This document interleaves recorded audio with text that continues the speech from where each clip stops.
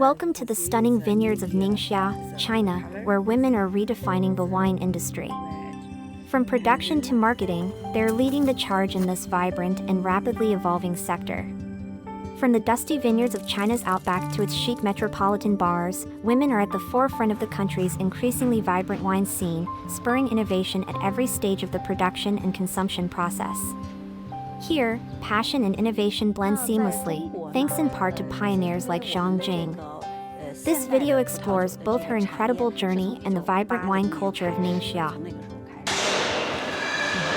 在宁夏，女性庄主、女性酿酒师、女性的这个市场推广人员，或者女性的这个接待人员，在葡萄酒行业里面，应该说已经达到60%以上，所以这个比例是挺大的。就是在宁夏，这个女性从事葡萄酒行业的真的是挺多的。Fast forward over a decade, and women like Zhang are making their mark. According to wine expert Fang Yi Walker, China's wine industry is now largely female-dominated. Many of the most famous wineries in China, especially here in Ningxia, are run by women. An impressive 60% of the workforce in wineries is female, from winemakers to marketing teams. This environment is a fresh canvas for innovation. In 2005, Zhang co-founded Helan Qingxue, making their first vintage with grapes from Lidimiai's farm. People often brag about old vines, but the key is vineyard management. Healthy vines produce the best fruit. Zhang's award-winning grapes were planted in 2000, setting the stage for Chinese wine history. Zhang's initial production was just 20,000 bottles. This industry is not traditional. It offers women a safe space to explore their passions and lead initiatives. Emma Gao, one of China's first female wine specialists, has taken her winery to new heights. Her wines have even been served at state dinners. Gao was sent to France's Bordeaux wine region by her father, who founded the vineyard.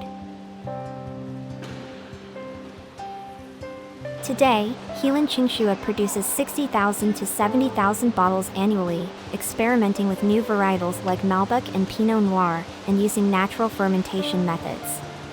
Zhang says they have even explored carbonic maceration, where grapes ferment whole, each becoming its own tiny barrel. It's a fascinating process. Different profiles of peach, apple, pear, 对，在我们贺兰山东路，我们自己之间会流传一句话，挺好的，我可以分享，就是，宁夏的女庄主呢都在干活酿酒，男庄主呢都在陪领导喝酒。Traditional and then really funky, pink. The Chinese industry's youth has helped women get a foothold compared to more established wine-producing countries. But when I think about a lot of China's most famous wineries, they're run by women. And in some cases, the winemaker is also a woman, and the viticulturalist is a woman. Even like a very traditional one like Domaine Franco-Chinoise, the viticulturalist is a woman. You know, so even ones where you think the leader is, actually the owner is a woman too.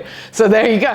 Well, I think that the West, the wine industry is very much dominated by male because it's a traditional industry. It's passed from father to son in historical wineries. And even when people set up wineries, they're generally male, and it's an expression of, you know, power and control and creating something. For China, wine is not a traditional industry. And it is an industry that brings connotations of sort of a little bit more perhaps sophisticated lifestyle, or a little bit more of aspirational lifestyle. And it is a very safe sphere to open a company in if you're a woman. Telling compelling stories about wine is influencer Zhu Lili's domain. Live streaming into 3 cameras in a Beijing restaurant, she described bottle after bottle with easy expertise. Pop-up links allowed those of her 2 million followers watching to make immediate purchases.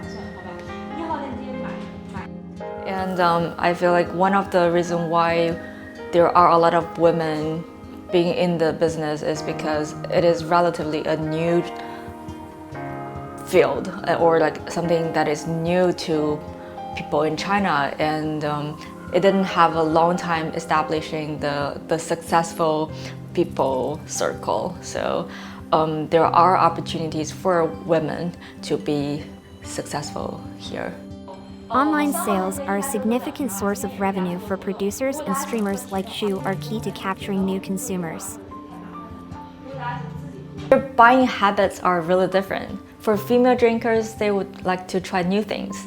Today, I want to know what is Riesling. I want to have a wine glass. And next day, I would say, okay, Chardonnay maybe. But for male drinkers, no. They don't really want the taste.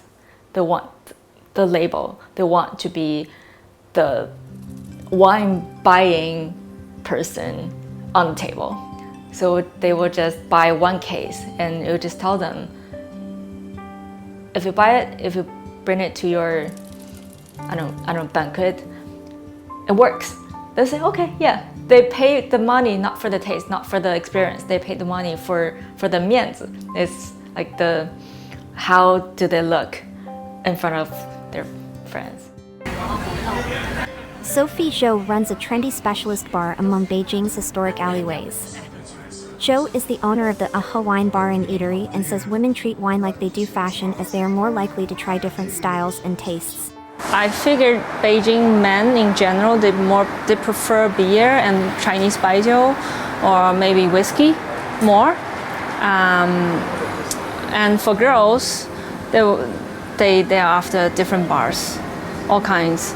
And wine, they usually go for different glasses, so they can try different style and taste. For many women, learning about wine is like living for themselves. It's about sophistication and exploring new experiences.